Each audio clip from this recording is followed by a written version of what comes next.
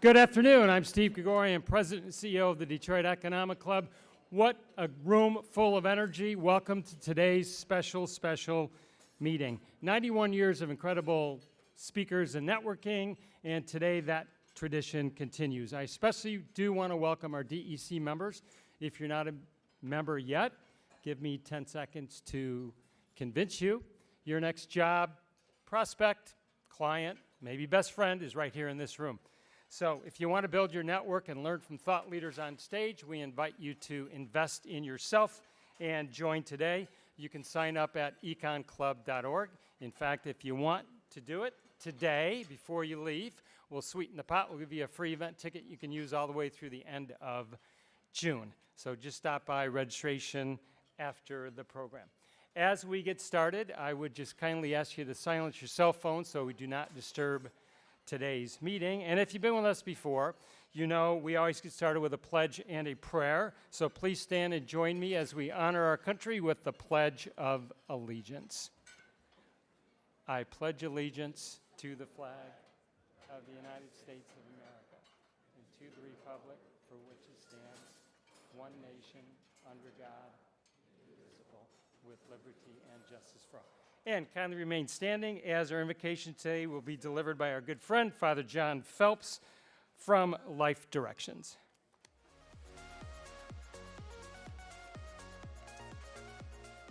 I love the music. As I come here, I come from Southwest Detroit, and so I want to bring two Spanish words to our gathering. One is esperanza, which means hope for the future. The other one is éxito. Now, when I saw the word exit, I thought of éxito. Éxito means success. So let's have hope for the success. So let us pray. Creator God, as I call us to prayer, I thank you for Mayor Mike Duggan for the last 12 years of his leadership. Look at where the city was in 2013. Look at where it is today. The accomplishments speak for themselves. As leadership transitions, I call on God for the city. During the holiday season, it's easy to think about the children, the vulnerable, and the poor, especially those who live in at-risk environments. May the strength of God pilot the city. May the wisdom of God guide the city. May the eyes of God look over the city. May the ears of God hear the city. May the word of God speak to the city. May the hand of God protect the city. And may the way of God provide for the state. May God's blessings continue to encourage Mike as he moves forward to serve not just the city but the state. And may today be known as your esperanza, your success. Amen. Thank you, Father, and you may all be seated now. A couple of special thank yous. Thanks to WDIV Local 4 and Detroit PBS. Rich Homburg, thank you for live streaming today's meeting. Thanks to WJR, who's doing their focus show live just across the hall there, and you can stop in and see them after the program. And thanks to Lawrence Tech University for their video services. You know, students are here today, and always courtesy of our generous corporate sponsors. Their morning already began with a private meeting with the mayor, and I want to tell you who's with us. I would just ask you to hold your applause. We've got two groups from Northwestern High School, thanks to Comerica Bank and also to EY. We've got a group from Birmingham Groves, thanks to Optech. A group from the Detroit Promise, thanks to Detroit Regional Chamber, and Tony Michaels and the Parade Company, thanks for bringing Lawrence Technological University students to us. How about a round of applause for the students and their sponsors?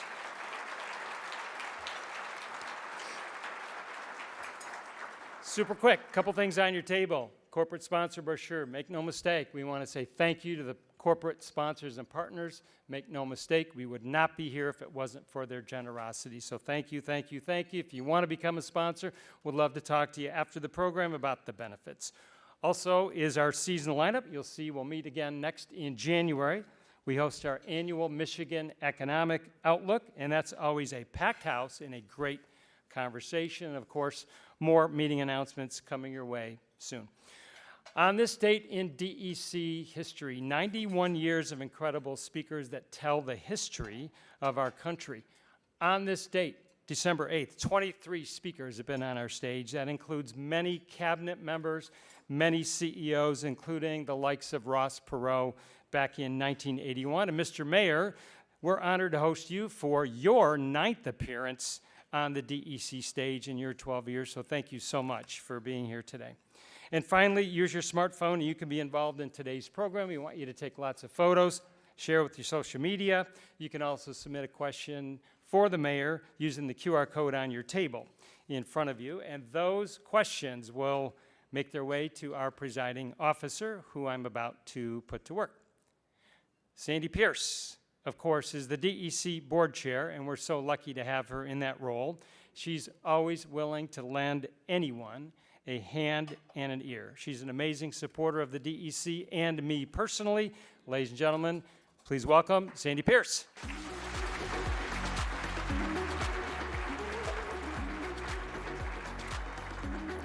Good afternoon. It's an honor to be here. I have two special guests that I get to introduce.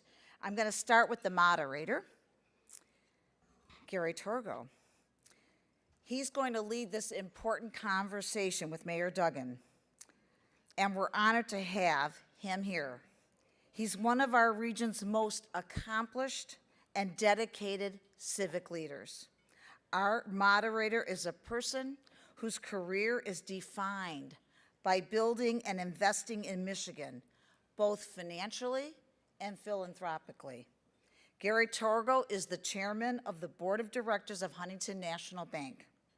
His banking leadership is nationally recognized following his successful tenures as chairman of TCF Financial, as well as Talmer Bancorp, where he oversaw major mergers that kept a strong financial presence rooted right here in the city of Detroit. Beyond finance, Gary is a profound advocate for the city's future. He is the chairman of Business Leaders for Michigan. That's a roundtable of our state's top CEOs, focused on making Michigan a top state for business and for its residents. His commitment to inclusive growth is evident across his extensive civic service. He served as the chairman of the Michigan Civil Rights Commission. He was instrumental in leading the fundraising for the City of Detroit's Strategic Neighborhood Fund, directly investing in the revitalization outside of our downtown core.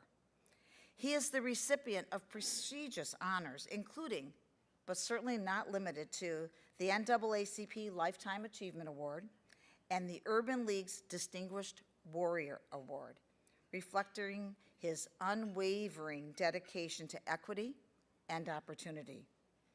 As a lifelong Detroit area resident and the founder of the successful real estate and development firm, now run by his three great sons who are with us today, the Sterling Group, Gary brings an intimate and informed perspective to the conversation about our city's trajectory. We're going to bring him up in a minute, but please give Gary a round of applause.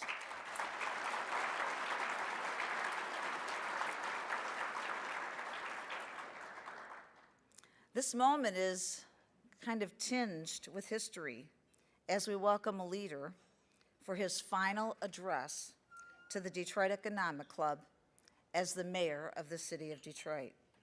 For over a decade, the relationship between this city and its leader has been defined by one thing: a commitment to come back. When Mayor Mike Duggan took office in 2014, the challenges were not just monumental, they were existential. Detroit was emerging from the largest municipal bankruptcy in American history. The mandate was clear: stabilize the finances, restore basic city services, and prove that a great American city could actually rise again. He delivered. He didn't just rebuild the city's balance sheet. He rebuilt the sense of possibility across all 139 square miles. Financial and civic stability. Under his leadership, the city of Detroit has gone from bankruptcy to fiscal health, ending years with a budget surplus, leading to critical investments back into pensions and infrastructure. His neighborhood focus. He famously said, "You can't have a great city if you don't have great neighborhoods." The demolition of over 20,000 blighted houses, the 20-minute city initiative to improve our services, and targeted neighborhood revitalization are a testament to his philosophy. Restoring services, you all know this, from the installation of new street lights across the city, an accomplishment that literally brought light back to darkened streets, to vastly improve police and EMS response times. He restored the fundamental services that every single citizen deserves. An economic opportunity. The mayor has championed policies that ensure growth is inclusive, driving down the unemployment rate to historic lows and fostering job creation that benefits Detroiters first. Mayor Duggan's tenure is a case study in effective, determined governance. He didn't just manage the city, he managed a historic transformation. He has successfully put Detroit back on the map as a place of investment, innovation, and pride. He has left the city fundamentally stronger, more stable, and more hopeful than he found it. We honor his more than decade of service today and the undeniable legacy he leaves for the city that he loves. Please join me in offering a warm, truly warm welcome to our true civic champion, Mayor Mike Duggan, and his moderator, Gary Torgow.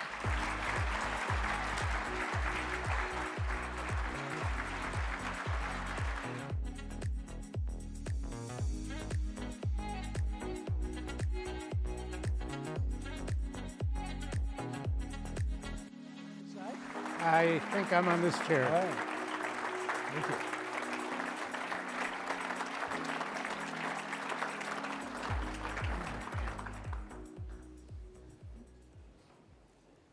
I want you to know I wore this tie in honor of you. Thank you. I knew you would have a tie on today. That's what bankers still do. So first, Sandy, thank you. Steve, thank you. Thank the DEC. Amazing forum for us to be able to do these kinds of events, and we're very grateful to you both. Okay, Mayor Duggan. So after 12 years, you have 23 days left. What are you going to miss the most? There's no question the people of this city have been extraordinarily supportive of me. 12 years ago in electing me, but then really just day in and day out. We had a lot of stuff to overcome, and it took a while longer to do some things than others, but the kindness the people of Detroit have showed me for all 12 years. And it's gotten real emotional the last few weeks. Folks coming up, and a lady yesterday told me about her son who got a job when we brought the Jeep plant to the east side, just got promoted to a line supervisor, and what a great life his family has because of that plant. And the day before, a senior came to me and told me about the new roof that we put on, as we did with the senior citizen homes, and now wintertime, and her roof isn't leaking. And another guy who told me about the abandoned house next to his house has now been renovated, and he has a neighbor instead of worrying the house is going to catch fire and spread to his house. And so the people of this city just have such huge hearts. And whether things were going well or they weren't going well, it just seemed like they always stood behind me. So many historic things happened under your watch. The first was when you were forced to be a write-in candidate for the mayorship. All right. So tell us, why did you have to be a write-in? What happened? And really, why did you decide to become mayor when you were living a very comfortable life? Well, of course, I was born here. I grew up here. Like a lot of folks here, I remember a city that was special. And I had a great job at the Detroit Medical Center, and 14,000 men and women. You ever get a chance to work in a healthcare system, everybody who chooses that career goes into it because they want to help people. It's just I loved walking into the hospital every day. But the last couple years there, every time I go to the hospital cafeteria, the Detroit employees would go over to my table and sit down. Normally they want to tell me about some nursing supply shortage on their floor or some doctor who's treating them badly. Now the conversations all turn to, you got to run for mayor. And I said, I live in Livonia. I mean, running for mayor never remotely was on my career plans. But those employees just kept saying, if people of Detroit got to know you the way we did, you'd win and it wouldn't be that close. And so I went in, I decided, I could complain about the city or try and do something about it. Wasn't sure how the first white candidate in 40 years was going to be received, but I thought I had to give it a try. And we had this brand new charter in with some really vague language, and 2 judges out of 3 ruled that I had filed my petitions 2 weeks too early. Now, I'm an election lawyer. I had my election lawyer with me and the city clerk with me when I filed, and everybody signed off on it. And then 2 months later, these judges say I filed too early. But, and so, Gary, as you know, I said, okay, this wasn't meant to be. I went up to my cottage and started to figure out, dust my resume off. But people stood outside the courthouse with signs and protesting the Court of Appeals and honking. Like the way the Court of Appeals works is they hear honking on the street and they reverse their previous opinion. This is not really a good strategy. But then people started saying do a write-in, and I didn't know how to write-in worked. And I had to call up Chris Thomas, who'd been the election director, and I said, explain this to me. Do you stick like stickers on? He says, no, stickers gum up the machines. He says, that little rectangular box with no instruction on it? I said, yeah. He says, you got to get people to write your name into that little box and fill in the circle. I said, nobody's ever seen this before, but I thought I was going to give it a try, and I never thought what would happen happened. That, when the results came in, I carried 92% of the precincts of the city with people writing my name in. Really made me feel an enormous obligation to the people of the city right from day one. For those of us that have been around in Detroit, we remember the bankruptcy filing. And you get your first look after being elected with a bankrupt city. And what did you see? What made you nervous? What aggravated you? And what exhilarated you? It is, if you weren't here, it's indescribable how horrifying it was then. Kevin Orr was made emergency manager almost a year before I started, so he had been running the city for a year. And while he was an excellent bankruptcy attorney, the cops were being paid $15 an hour, and they were leaving in droves. We had the highest murder rate in the country. Businesses were still pulling out. We had the highest unemployment rate in the country. We had 47,000 abandoned houses, and the city was knocking down basically 25 a week. You take out your calculator, and they would get them all down in 32 years. This is what I'm walking into. They had 65,000 streetlights out, and the year before I got there, they did basically 500 a month. You take out your calculator, and that's going to take about 130 years, the way they were going at this thing. And so when I came in, it wasn't just a function of the city had a financial problem. The city was operationally non-functional, but I'd lived it once before. When I went into the DMC in 2003, the board, before I got there, had voted to close Receiving Hospital, close Hutzel Hospital, close the Carmanis Cancer Hospital. They had sent out 2,000 layoff notices, and they were down to 15 days cash on hand. The power of people when they work together for a single goal is enormous. And so I went into the city. I did employee forums the same way I started at DMC. And I said to the people in the parks, I need you to cut the grass.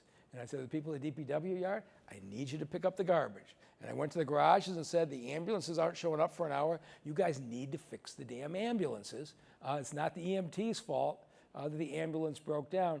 And we just got to work at people doing their jobs in between the restructuring of the balance sheet that happened and really the commitment of employees who, it was embarrassing to be a city employee. You go home and your friends would all tell you, well, my garbage didn't get picked up. Nobody picked up the illegal dumping in the neighborhood. they wanted to go from being embarrassed to being proud because they got into city government to provide service. And I think today, people are really proud to be workers for the city of Detroit. How tough was it to get the city services back in order when they were in such shambles when you came in? How tough was it? What metrics did you use? How did you accomplish that in the short time that you did? You know, I had to start with the police department because the year I got elected, we had 750 carjackings in the city of Detroit. We were carjack city. Now think about that, 15 times a week. Somebody stuck a gun in somebody's face and took their car. There was no hope of bringing people to come back into the city when you're facing that kind of threat. And so I sat down with the police department and I said, look, we're going to have strategies and metrics. I'll give you the money. I want to see your ROI. And these police are like, ROI, what's ROI? I said, look, I'll put money behind you, but there's got to be a return on investment, not in dollars, but in reduced violence. And I realized that to be in the top 30 spots in the police department, you had to have a college degree. I finally said to them one day, what do you guys have your degrees in? The top 30 people, 29 had degrees in criminal justice, and one had a degree in chemistry. I'm not sure how he got in there. But I said, you guys are running a 3,000 employee, $350 million business. None of you would have 29 criminal justice degree. I thought, we don't have HR expertise, we don't have finance expertise, we don't have planning expertise. And so I could yell at these guys, but it's not going to do any good. So I went over to the Wayne State Business School. And I said, we have to develop a skill set here. And they set up an executive MBA program that we paid for. And I said to everybody from lieutenant on up, you want to go to Wayne State and get an executive MBA, you can do it. And the first 14 or 16 signed up the first year. They didn't really know what this was about. And pretty soon they were talking about the Starbucks business model around the water cooler at police headquarters. And the ones who were left out said, what about me? And then we did it again. Then you had a number of people who paid for their own full MBAs. Chief White was one of the first. He's now running $1 billion Wayne County mental health system. But what happened is, those of you in business, if you now sit in the week, every 2 weeks I have a meeting with the top 30 command staff, and you see their response times, their clearance rates, they are business metrics. And the 750 carjackings in 2013, as of today, as we finish this year, we have 76. They've cut carjackings by 90%. And they did it by the basics. We put cameras on the gas stations. We followed up on every case. We cleared the cases. When they steal them, we don't chase them high speed down the street. We put a helicopter up in the air. They don't even know it's there till they stop, and then we arrest them. And we got them to change the decision making because you learned if you carjacked a car in the city of Detroit, you had about an 80% chance of getting arrested and put away. We got people to change decisions. But it really was the men and women of the police department, along with our prevention groups and the court system, who just through basic metrics and management principles have made this city a much safer place. So many of the business people in the room dealt with a lot of your team through the last 12 years, and you managed to assemble an amazing group of people who were dedicated to doing the job that you wanted them to do. How did you bring those people to those jobs? How did you recruit them? And what were the efforts that you had to use to get them? Well, you know, if you do this right, I've done a number of turnarounds, you like to keep half the people that you've got and get them to perform at a higher level by putting them in a different system with different expectations and bring in some people who pave the way. And we pretty much did that. There were a number of people who were within the city bureaucracy who always wanted to do a good job. But if they tried to hire a person, it took them 6 months to get through it. They wanted to buy asphalt for the streets. It took them 9 months to get it procured. A lot of times the person who's screwing up in front of you, you know, the bus driver that you're mad at because the bus is an hour late is because the mechanics didn't get the buses on the road. Rarely is the person responsible the person who interacts with the public. But I went and got, you know, Arthur Jemison, who was a top housing official out of Boston, came in. I brought in some Jed Halbert, who really led New York's comeback. But I paired him with people like Tom Lawand, who was a great leader here, and a lot of the talent that had been with me at DMC, a lot of the talent that had been with me at Wayne County. We put them all together. There's a young woman up here, Nicole Sherrard-Freeman, I brought in charge of a job training program. By the time she was done, she was one of the finest economic development directors in America. I mean, this is what we did. Now she's gone on to run the Community Foundation. But this is the kind of path that you should have. And so many of these folks have gone on to really big jobs in other areas, and we're proud of them, including a couple you stole from me. Pleased to have done so. So, Mr. Mayor, you know, in the years past, the city was nervous about vying for very big events that would come to Detroit because we were always worried that something would happen. The reputation would be in some ways concerning to us. So you made a decision to vie for one of the biggest events in America, the NFL Draft, knowing that it would be huge, but also knowing that an incident could have caused major damage to the city's reputation. Talk about the world's reaction to the city of Detroit hosting the draft and the decision that you made with your team to bring it here. Well, the first few years I was mayor, I got lots of calls, New York Times, Washington Post, CNN.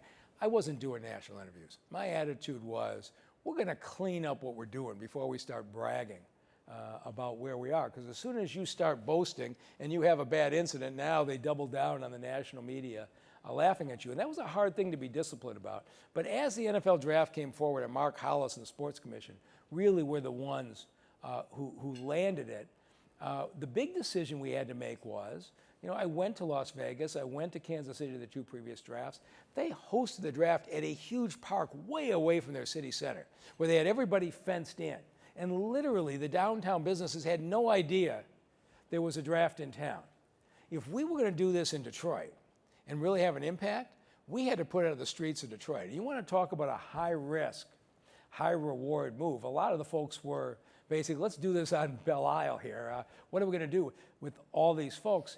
But Chief White and the whole planning team, from DDP to the Gilbert Group and the like, they all said, we think we can pull this off. And so we had a different kind of a draft. We had local businesses involved, not national businesses. We spread it all throughout the downtown area. And Chief White said, I can handle this. We've got the entire city wired with cameras, real-time crime center, we're ready to go.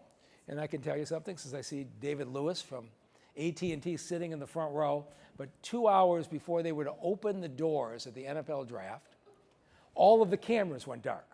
The police headquarters called. Chief White says, what the hell? He says, I can't see a thing. He says, our whole strategy of letting them go through our downtown was through the cameras. Now, I was not aware that somebody building the Water Square Apartments down the street hit a line and shut down our cameras, okay, Gary? I didn't know at the time it was you, and so my team is panicked, and Chief White says, I can't allow this to open without the cameras, and they are lined up down the block. And somebody says to me, the only one who could possibly run a line of cameras in the next hour is Ameritech, or AT&T. And so I picked up the phone and called David Lewis, the CEO, and he's like, how you doing? I said, actually, I got a little bit of a problem for you. And he's like, well, okay, but I didn't do it. I said, I know you didn't do it, but you're the only one who can fix it. And he says, let me send my people in. 45 minutes later, all the cameras went online. We opened, nobody ever knew we had an issue. 775,000 people, 3 days in the city of Detroit, nothing but a national thing. And so, David, thank you very much for bailing Gary out.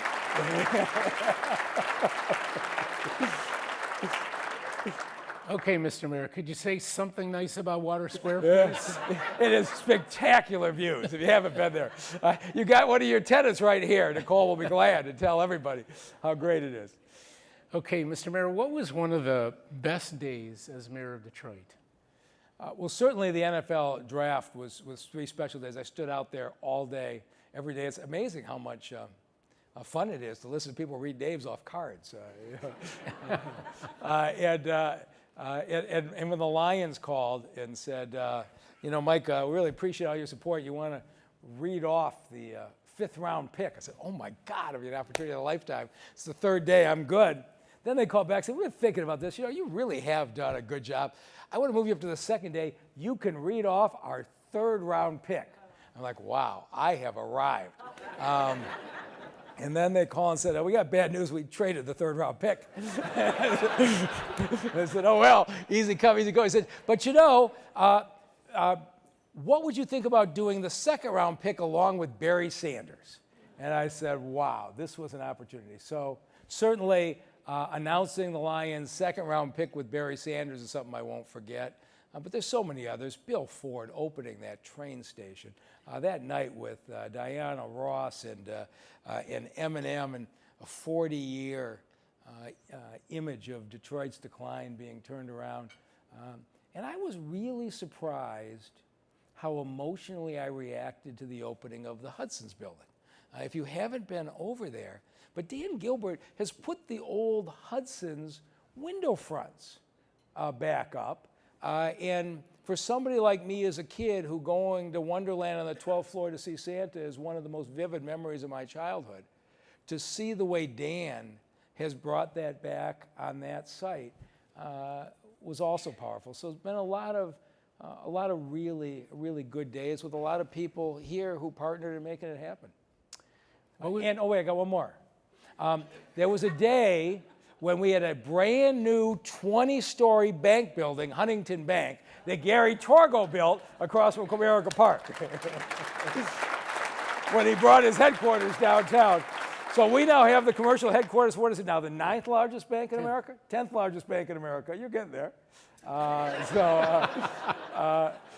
So I sit in Comerica Park and I see that Huntington sign up over there, Gary, and I'm just so proud of what you've done for this community. Thank you. Okay, so tell us, you've had a lot of incredible days, and therefore we've had a lot of incredible days in Detroit. Is there a day that sticks out as a really tough day for you during those 12 years? Oh, there's no question. We've had 4 days where we had 4 police officers who were shot and killed in the line of duty, 3 others who were killed in hit and run or traffic accidents, and that was 7 days of the city ground to a halt. The hard thing to accept was the 4 that were shot, 3 of them were ambushed. They just drove up and were shot as soon as they got there, never saw it coming. And you're the mayor who puts 2,500 cops on the street every day. And when one of them is killed, it's amazing how much that wears on you. And you're always asking yourself, could we have done something on training? Could we have done something on equipment? But the power of this, when I look at the 3 instances where literally they drove up or were ambushed before they did anything, you think about those 2,500 cops, interactions with citizens every single day, and they never know when that unexpected event's going to come up. The extraordinary job the Detroit police have done. There's so much responsible for the comeback of this city, but those days will make me sad for the rest of my life. So what are some of the issues you're dealing with today that Mayor-elect Sheffield will have to continue to work on? And what are some of your thoughts about the new administration? Well, I think everybody here knows I was strongly behind Mary Sheffield, and the fighting between the mayor and the council was legendary. The black versus white, city versus suburbs politics, which is how you got elected in Detroit, by pitting people against each other, had gone on for so long. And I didn't know what was going to happen when I got into the race. When I sat in 250 house parties and said, if you're voting for me, us versus them, politics is over. We're going to build a city where everybody's welcome. And a lot of people said, that has no chance. But it turns out the politicians were tearing each other down, but the average person, they just wanted their street lights out, and they wanted the ambulances to show up. They wanted their kids to be able to play in the park. But the city council deserves enormous credit, because I spent hours and hours with them saying, look, we're not going to land the Jeep plants. We're not going to land the train station deals. We're not going to land the Huntington Banks. We're not going to land the Amazon distribution centers if we put on a show of embarrassment at city council when these things come up. And I got agreement up front with council members that said, we're going to have predictable policies for businesses coming here. We are not going to give you checks up front. I don't believe in handing you a check and buying you to come into the city. But if you come into the city and you build and you hire, we'll give you discounts on the new taxes. I got council to agree on that. And so every single time we announce one of these projects, the kind of fiascos you're seeing statewide over these data centers, they didn't happen in Detroit because we sat with the neighbors up front, we sat with city council up front, and city council deserves enormous credit because it doesn't matter. There's always some group who's going to protest whatever you do, no matter what your agreement is. We have people who are against the 5,000 employee Jeep plant. City council had to sit and listen to that at their meetings and calmly, deal after deal, stand up and approve it. And Mary Sheffield, the last 4 years as city council president, just ran an enormously professional operation. You have a mayor as well prepared in knowledge of city government as you could have. Now, she's going to run a staff of 9,000 people for the first time. There's a learning curve, but that's true in nearly every city. Most cities, the mayors are former council people or state senators who have to learn. Barack Obama had never run anything before he became president. There are times when you have policy and a personality as such. You gotta have time to develop a management side. But everything I've seen about the way she's running the transition, the way she's behaving, and the fact, I was just so proud of the fact, she could actually have a wedding in private. I was just really happy for her, because she couldn't have much privacy from now on. So let's talk about the significance of the riverfront's evolution during your 12 years in office. How is the riverfront part of your 12-year strategy for business, for talent, and population attraction? And as you look back over those 12 years, tell us what it felt like at the beginning and how you've been able to create this amazing riverfront that we're enjoying. Well, you know, when I went into the Detroit Medical Center and they were losing money and losing market share, we sat down and said, okay, let's stop whining. Let's take a look at what our assets are. Our assets are, we got these amazing emergency rooms that have potential, that we've got tremendous research going on. We didn't try to be somebody else. We built on what our assets were. And I looked at the decline in Detroit's population and said, what are our assets? Certainly the manufacturing base and bringing back the plants was a big part of it. But the other asset we had was that riverfront, which has never been utilized, at least not from a standpoint of aesthetics. It certainly was for shipping and industry for years. And so Matt Cohen, GM, the Kresge Foundation, the Riverfront Conservancy had gotten us off to a start on what they were calling a river walk. But you thought, what if the river walk became an entire riverfront? Could we create something unique? And so we took Riverside Park under the Ambassador Bridge. It was closed for contamination. We hauled the contaminants out and built one of the most spectacular parks in the city for the people of Southwest Detroit who felt like they'd been forgotten.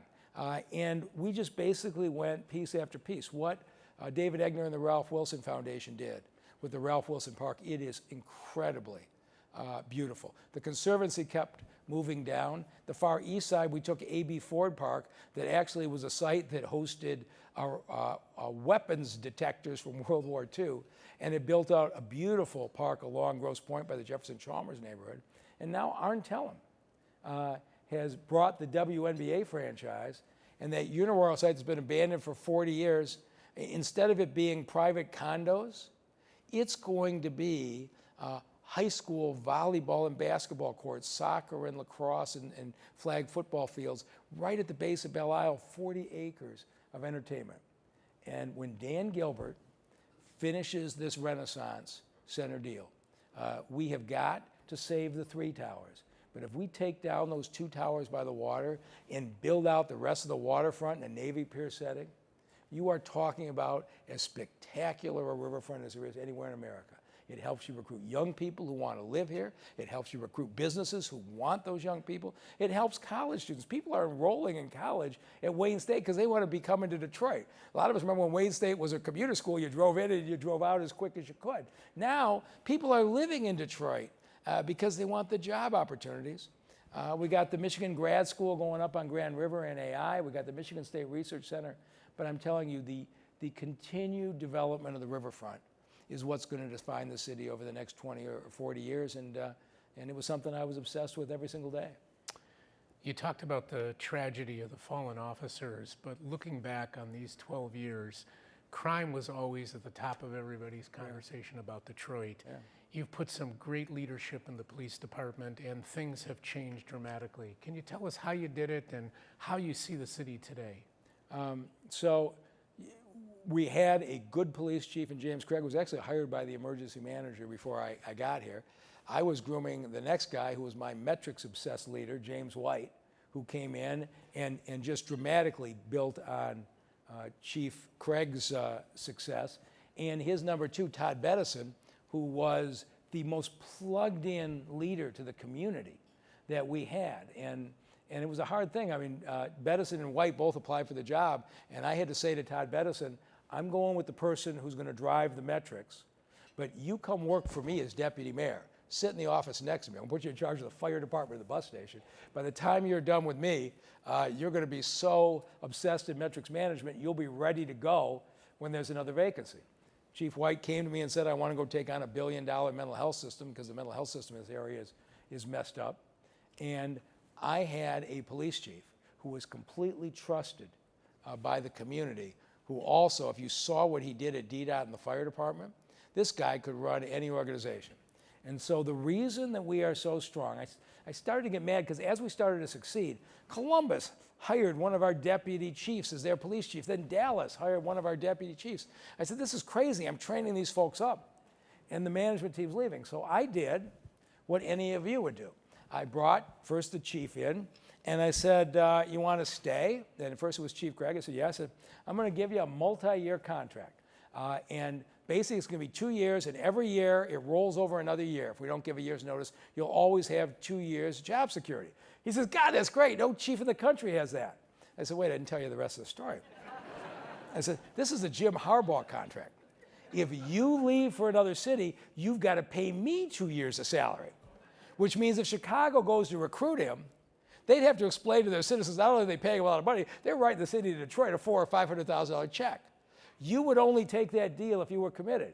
Chief Craig took it, Chief White took it, Chief Bedison took it. Then Bedison comes to me and says, they're after my 3 top people, the 3 assistant chiefs all over the country, they're raiding them. I said, what do you want to do? He says, I want to give them Harbaugh contracts. Now all 3 assistant chiefs are tied under 2-year rolling contracts. Why you are seeing the crime rate come down. And this year, I mean, when I started, it was 400 homicides, got down to 300, 200. We are at 160 now with a few weeks to go. It is because we have great management, and they have partnered with a group of violence intervention groups from the private side where we are paying people who are trusted in the community, who have specific geographic areas, and who Chief Bedison developed when he was a deputy mayor.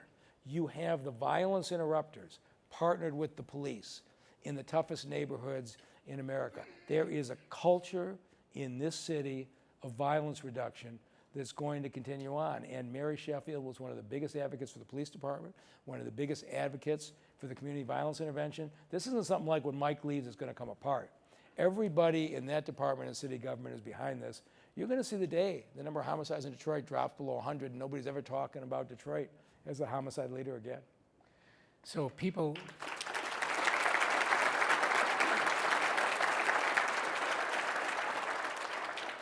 all over the country are talking about the comeback city of Detroit, but we know that a number of major cities in America are really struggling. What can large American cities learn from you and from Detroit? You know, I get a lot of calls from mayors, and the Mayors Conference has had me host many on what we're doing. But it all starts with the fact you got to be willing to let go of us versus them politics. And there's a bunch of mayors, a bunch of elected officials, got a bunch of elected officials in Lansing who get elected by running on us versus them. And you can get elected that way. And once you get there, all the business people that you attacked in order to win, they're moving out. I mean, you know, you've seen some of the businesses that left Chicago or leaving New York, et cetera. It is hard to come back from that. And what we've proven in Detroit is, I made a deal with Jeep, and they came, but I made one condition, that they had to offer Detroiters jobs first before they offered anybody else. And I held sessions at churches with Detroiters. And I said, look, here's the deal. They're interviewing Detroiters first. If we don't have qualified people, they hire whoever they want. We'd have 200-300 people in a church. You're going to be on your feet all day. You're going to pass a drug test. You're going to pass an 8th grade math and reasoning test. If you don't do well on your 8th grade math and reasoning test today, we're going to give you a sample. We got tutoring at the churches before Chrysler actually invites you in. We sent Fiat Chrysler 12,000 qualified Detroiters. They hired 5,000 people, all 5,000 residents of the city of Detroit. $60,000 jobs with benefits to start. We moved 5,000 families to the middle class in one fell swoop. And so I had people saying, why did you give Chrysler a tax break? But the great majority of Detroiters said, are you kidding me? 5,000 jobs? And then Dakota had to come in and put in a 500 employee dashboard plant to service the Jeep plant. Lear had to come in and put in a seating plant to service the Jeep plant. And now hundreds more jobs. You can support your community and support the business at the same time, and explain to the members of your public we're a whole lot better off being respectful of the business community. But that also means I need to have business leaders who are sensitive enough to embrace Detroiters. And I have been so lucky with Dan Gilbert, with Chris Illich, with Bill Ford, with Huntington and Gary Torgow, with most of them, that people have been willing to come in and say, we're going to partner in a way that we want the city's help, but we're going to make sure the city benefits. And it's made my job a lot easier. Two last questions, because we're on a very tight time frame here. The first is, when they write the book on Mike Duggan, what are the few accomplishments you're most proud of you'd like to see in that book? Oh, I just think the one thing is this last mayoral election, there was no us versus them, no black versus white, no city versus suburbs. You had a mayor elected promising to build on what I've done, take it further into more neighborhoods and take it farther. I think I've changed the politics of this state, this city at least. I'm ahead of myself. Got one more to go. But I've changed the politics of this city that I think long-term, people in Detroit, if you tried to run the old us versus them politics, they would vote you out in a second. People love what's happening in the city, and they love a city where everybody is welcome. Doesn't he look great in a tie? The last time I'll wear one in a while, unless you're interviewing me again. So, Mr. Mayor, in 23 days, you're retiring. Yeah. Any plans for the future? Thank you all very much.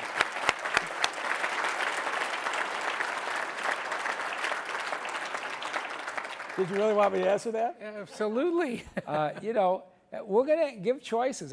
When I ran for mayor, I didn't know how people would feel about me running, whether they thought politics as usual was working or not. And I look at this state, 60% of our third graders don't read at grade level. It's been going on for a long time. We lead America in our young people moving out of state under the age of 30. Second in the country in unemployment. And the one thing you can count on in Lansing is the Republicans get elected by tearing down the Democrats, and the Democrats get elected by tearing down the Republicans. And there are a lot of people who believe that's the right politics. And if you believe that that's right, then you can keep voting for the choices that you have, because you're going to have a good traditional Democratic and Republican choice. But if you think that the direction of this state would be better served by somebody who said, let's fix the problems of the schools. They aren't Republican and Democrat teaching third graders to read. Let's build a tech economy where our young people can stay. It's not Republican or Democrat. And so I'm just going to say to the people of the state, if you're tired of politics as usual and you want to try something different, I'm going to be campaigning really hard. And if you decide you like what's happening, Gary will probably be calling you for a job in a year.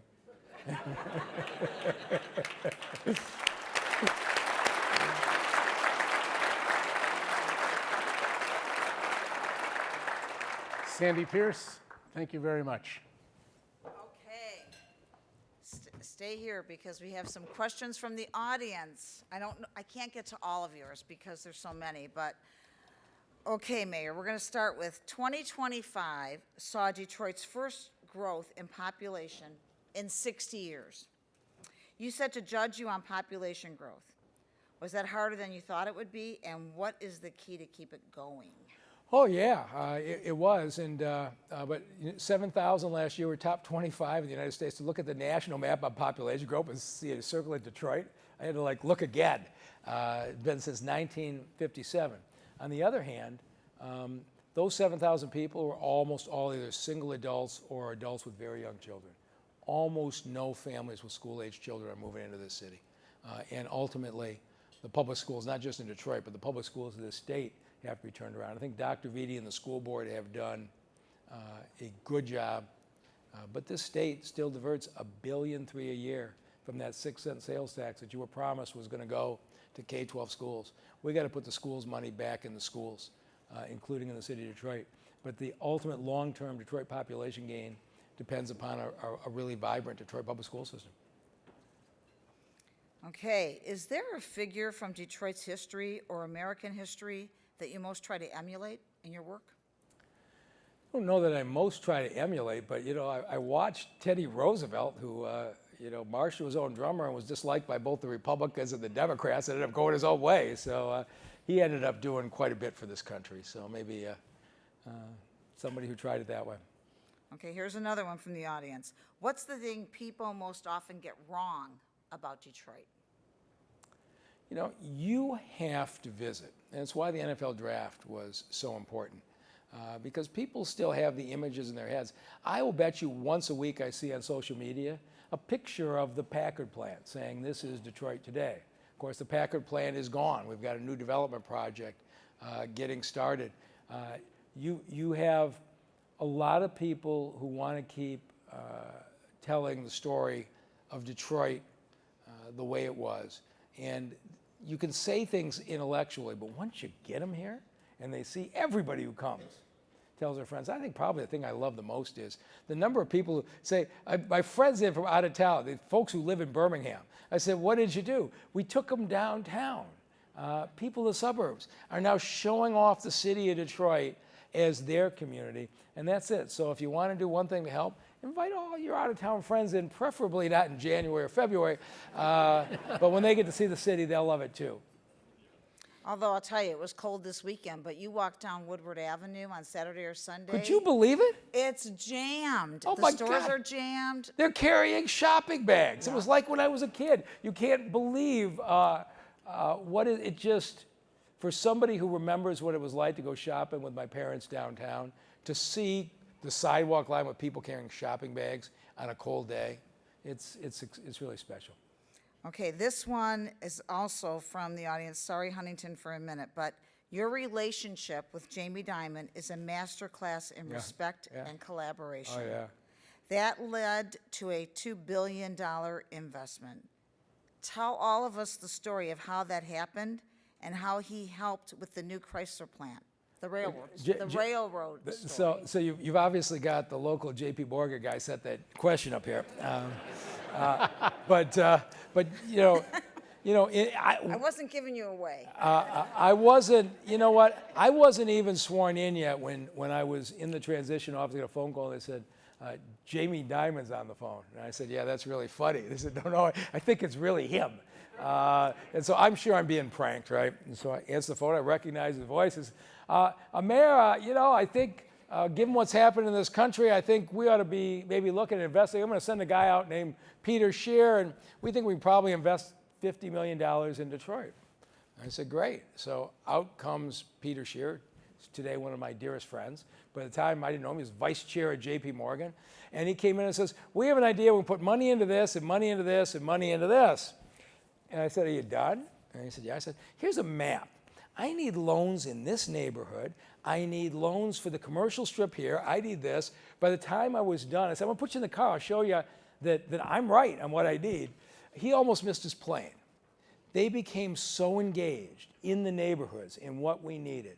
And when we weren't getting enough loans to black and brown owned firms, and legally the government can't discriminate, right, by race or religion or the like, but J.P. Morgan set up with the Kellogg Foundation and Entrepreneurs of Color Fund, started 50 companies that should have had traditional bank loans but were excluded. Then they were there, and they just kept coming back and putting in more. And the thing I'll always remember is Jamie Dimon personally, he kept showing up. When somebody would get a mortgage and fix up a house, he wanted to come down and walk through the house with a woman in East English Village. And he's just a truly good human being. And what they have done for the city in a bunch of different ways. So the story they want me to tell, I'm going to run 1 minute overtime. But I had this deal. I convinced Chrysler that it was down to us in South Carolina for this Jeep plant. And except that they had like a 600-acre cornfield. And I had this idea I could close St. Jean Street and buy land from the Maroons and buy this here and buy this there. So I said, guys, just give me 60 days to buy the land. If I don't get it bought, go down to South Carolina. And they said, all right. And so I put the deals together. The people who thought to be the most difficult people in town, I got deals with all of them. Except one damn rail line ran right through the heart of where we needed to be. And it was a stub that ran to the old DTE coal plant on the riverfront. And the coal plant had been gone for decades. This rail stub is sitting there between Jefferson and the riverfront where I need to build. And I go to the rail company and they say, sorry, we don't sell our assets. I said, well, somebody must be able to. Well, only the CEO in DC can make these decisions. So called the CEO. I couldn't get a call back. Then I realized J.P. Morgan's their banker. So I called Jamie Dimon, and I said, Jamie, I need you to get this railway company to sell me this stub. Jamie and Peter Scheer, they get the guy off the golf course. He says, what in the hell are you doing? The city's got 5,000 jobs at stake, and you guys are being jerks. So the local guy, the next day I get a call back from the local guy. I was furious. You had Jamie Dimon call my boss. And I said, you told me the decision had to come from D.C. We got down to the last 48 hours. Everything else is done. They still hadn't signed. And so I called back to Jamie and Peter, and I said, I don't have it. They called back, and the guy from the railroad CEO says, I'm told by my people this is an essential spur. I just can't do it. I said, give me 5 minutes. I got in my car and I drove down. This completely overgrown with weeds and shrubs, hasn't been used in 30-year rail stub. I take a picture on my cell phone. I send it to Jamie. 15 minutes later, the guy calls up and says, where do I come to sign? But that's the kind of partnership.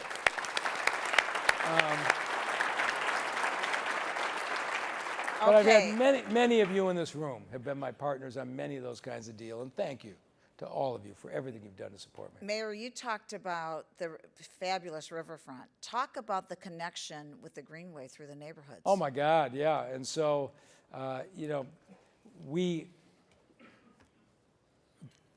many of the worst neighborhoods of this city back up to abandoned railway lines. And over the years, tons of abandoned cars, garbage in people's backyards. And our team came in and said to me one day, what if we tear out the rail lines and build in a greenway? And it really was people in my general services department, Brad Dick and those folks.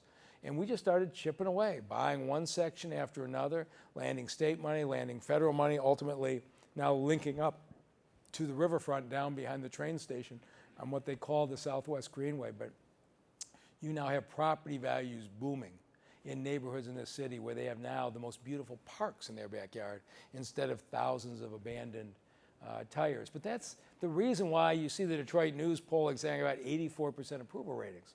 People in these neighborhoods know what's happened to their quality of life. And there's a city we work really hard to try to touch every corner. Okay, we just have time for a couple of lightning round questions for both you, Mayor, and you, Gary. Oh, good. Okay. Name a person other than a family member that you would like to have lunch with, and they have to be alive, because some people go back to people that are dead. Somebody that's alive. Sandy Pierce. Mayor? I'd have to think about that. You don't want to have lunch with Sandy? Sandy Pierce. Thank you. Okay, what profession other than your current one would you like to try if given the chance? If I had life to do over again, it never occurred to me that football coaches would be the highest paid people in America. But I could have been really good at those schemes and stuff, so I think I would have gone back and become back as a college or an NFL football coach. I for sure do not want to be mayor. That's easy. Probably a doctor. Probably a doctor. I like that doctors can help people a lot, and probably a doctor. Okay. What was your first paying job, Gary? My first paying job was I worked in a catering operation where I was in charge of taking the chicken and sticking it in the vats, and that was probably what cured me from ever eating chicken again. Mayor? After my senior year in high school, I spent the summer on the back of a garbage truck in the city of Southfield. Man, those garbage men work hard. Anytime I thought about dropping out of school, I just thought about the alternatives. But I learned a lot that summer. Okay, last question. Advice to your 25-year-old self. You know, everybody, when I was 25, told me to go to Chicago, LA, or New York. And if I could go back, I'd say to my 25-year-old self, go to Detroit. That's where the future is. I couldn't agree more. Same thing. Thank you both. Let's give them a warm. Right. Thank you, thank you. You didn't mind me telling your story, did you? No, not at all. Mr. Mayor, real quick, you delivered us a 12-year master class in leadership, and we can't thank you enough. And we're looking forward to hosting you sometime on the campaign trail in 2026. Also, Gary and Mike, I've had lunch with Sandy. You can do better. Think about that again. So. All right. Gary, Sandy, thank you for your role. Ladies and gentlemen, tell your friends and colleagues to join the Detroit Economic Club. We're a bunch of cool people. On time, every time. This meeting of the DEC is now adjourned. Thank you. Have a good week.